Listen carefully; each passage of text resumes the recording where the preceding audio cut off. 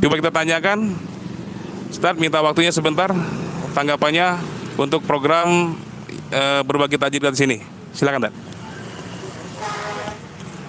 Assalamualaikum warahmatullahi wabarakatuh. Waalaikumsalam warahmatullahi wabarakatuh. Alhamdulillahirabbil alamin wassalatu wassalamu ala asrofil anbiya'i wal mursalin wa ala alihi wa sahbihi ajmain, amma ba'du. Pertama-tama kita bersyukur kepada Allah Subhanahu wa taala atas rahmat dan nikmatnya, karena sampai saat ini kita masih diberikan kesehatan lahir dan batin, kita masih diberikan umur panjang serta segala nikmat yang tidak terhingga. Kemudian salawat dan salam kita haturkan kepada junjungan kita Nabi Muhammad sallallahu alaihi wasallam. Karena beliau kita diberikan jalan yang diridhai oleh Allah Subhanahu wa taala. Karena beliau kita ditunjukkan sebuah jalan menuju kepada kebenaran. Pada hari ini hari ke-27 Ramadan, alhamdulillah buka puasa atau membagikan takjil dari majelis kami berjalan lancar. Walaupun belum semewah yang kita harapkan, belum semewah, tapi ya paling tidak kita sudah punya niatan baik, kita sudah punya rencana baik.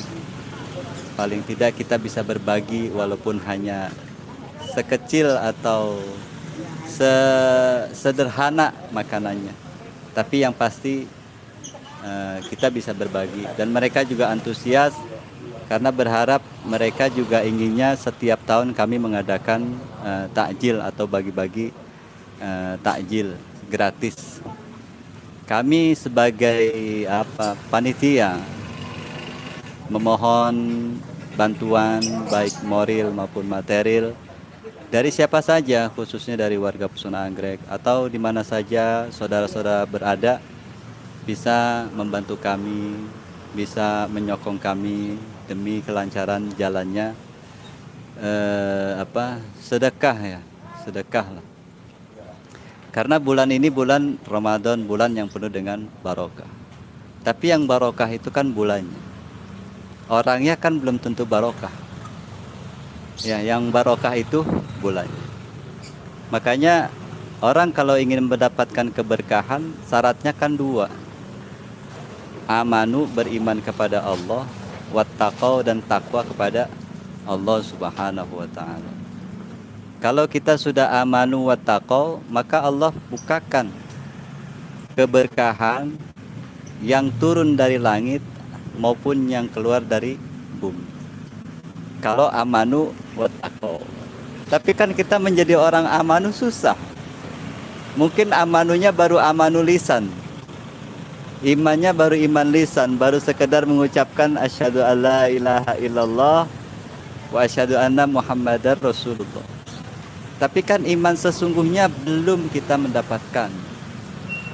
Kok bisa seperti itu? Iya, karena kebanyakan hamba, kebanyakan manusia di muka bumi ini kan kebanyakan orang-orang yang tidak bersyukur.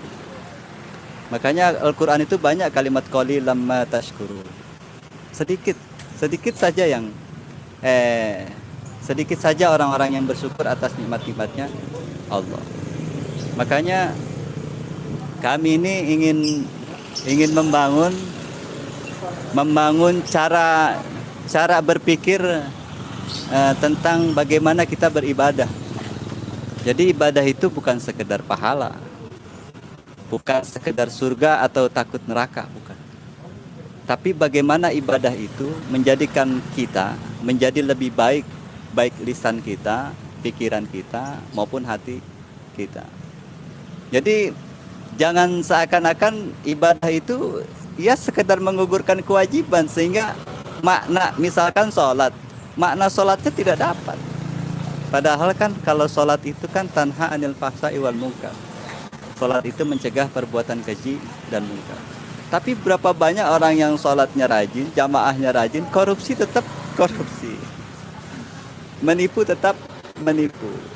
Terus apalagi banyaklah orang-orang yang sholatnya rajin, caci maki tetap caci maki. Jadi bukan itu.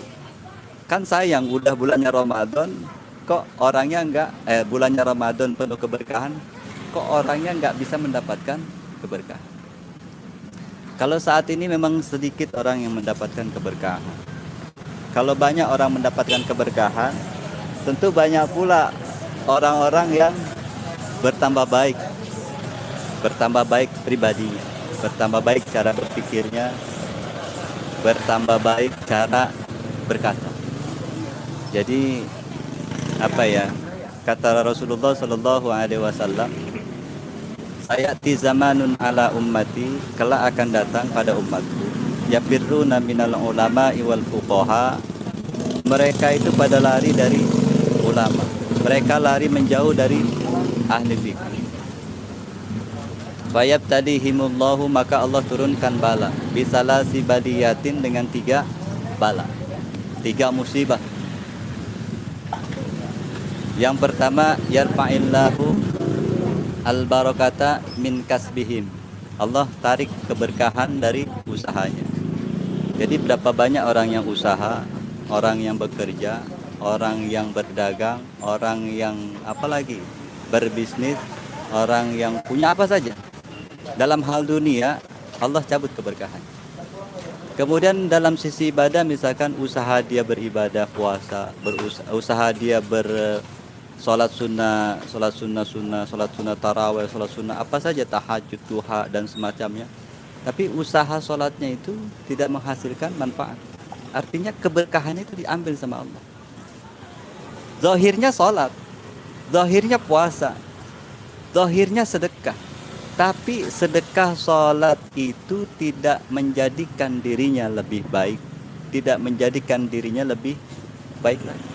Harusnya menjadi lebih baik. Maka usaha yang dilakukannya adalah usaha yang penuh dengan barokah. Begitu juga pekerjaan, punya uang, uangnya tidak bermanfaat untuk agama, uangnya tidak bisa disedekahkan, maka uangnya tidak barokah. Hartanya tidak barokah. Jabatan tinggi, jabatannya tidak berguna untuk masyarakat banyak, maka jabatannya tidak barokah. Jadi jangan salahkan Allah ketika kita terjerumus, tapi salahkan diri kita, kenapa kita terhanyut kalau banyak harta, sombong, ya, jabatan tinggi, semena-mena, ya kan? Ya itu. Maka nanti Allah setelah Allah ambil keberkahan, Allah turunkan yusallitullahu alaihim bisultanin zalim. Sultan yang zalim, raja yang zalim. Kata orang itu pemimpin zalim itu jangan dipilih. Tapi ketika ada pemimpin yang zalim, jangan salahkan pemimpinnya yang terpilih, tapi salahkan rakyatnya. Mungkin rakyatnya meninggalkan ulama atau ahli fikih, sehingga diturunkan sama Allah pemimpin-pemimpin yang zalim. Jadi nggak perlu lagi kita marah-marah dengan orang lain gitu. Nggak ada penting loh. Sebenarnya yang penting adalah koreksi diri kita sendiri. Benarkah kita dekat dengan ulama? Benarkah kita dekat dengan ahli fikih? Kalau sekarang kan enggak, kita caci maki ulama, ya kan? Ulama dicaci maki. Orang yang nggak ngerti agama saja bisa caci maki ulama, ya kan? Orang yang baru belajar agama banyak sekarang yang caci maki ulama, padahal dia baru belajar agama. Jadi wajar kalau Allah turunkan 3 bala, itu wajar. Karena apa? Ya karena kita yang pertama itu telah meninggalkan ulama dan juga meninggalkan ahli fikih. Jadi wajarlah, jangan sedikit-sedikit kita marah sama orang lain kita salahkan, tapi diri kita tidak pernah kita salahkan. Harusnya kita mikir yang salah itu diri kita, bukan orang lain. Kan gitu. Kata Allah kan, walau anna ahlal qura, jika satu kaum itu amanu wattaqau lafatahna alaihim, maka Allah bukakan keberkahan kalau amanu wattaqau. Tanya diri kita sudah amanu wattaqau belum? Ya kan? Kadang-kadang kita berdakwah sama marah-marah, caci maki, segala macam dikata-katain. Nah, ya dakwah apa itu? Harusnya dakwah itu santun. Ya sewajarnya. Kalau kamu tidak punya ilmu, ya nggak usah dakwah. Tak usahlah khawatir ketika berbicara akhirnya menjadi salah. Jangan ikut-ikutan gurumu caci maki, kamu ikut caci maki. Biarkan gurumu caci maki, tapi kita sebagai murid jangan ikut-ikutan caci maki. Karena caci maki itu sebagus-bagusnya caci maki itu buruk, udah selesai. Ya, udah selesai. Kemudian yang ketiga ini yang paling mengerikan. Apa? Yakhrujuna minad dunya bighairi iman. Allah mematikan orang tersebut dengan tidak membawa keimanan. Kan saya, kita ini tidak boleh bangga bisa sholat. Kita jangan bangga bisa takbir la ilaha illallah Allahu akbar. Tidak usah bangga itu. Tidak usah. Adakah takbir itu di dalam diri kita? Adakah tahmid itu di dalam diri kita? Adakah tasbih itu di dalam diri kita? Adakah tahlil itu di dalam diri kita? Kalau ada itu bagus. Bukan diteriakkan untuk menjatuhkan atau menakut-nakuti orang, bukan. Bukan ya. Tapi menakuti diri kita sendiri bahwa Allah itu maha besar. Kalau Allah maha besar, maka kita ini kecil. Kadang-kadang yang dibesarkan kan diri kita, bukan Allahnya. Kita yang dibesarkan, kelompok kita yang dibesarkan. Harusnya Allah yang dibesarkan, bukan kita yang semakin merasa besar. Kan gitu ya, harusnya begitu.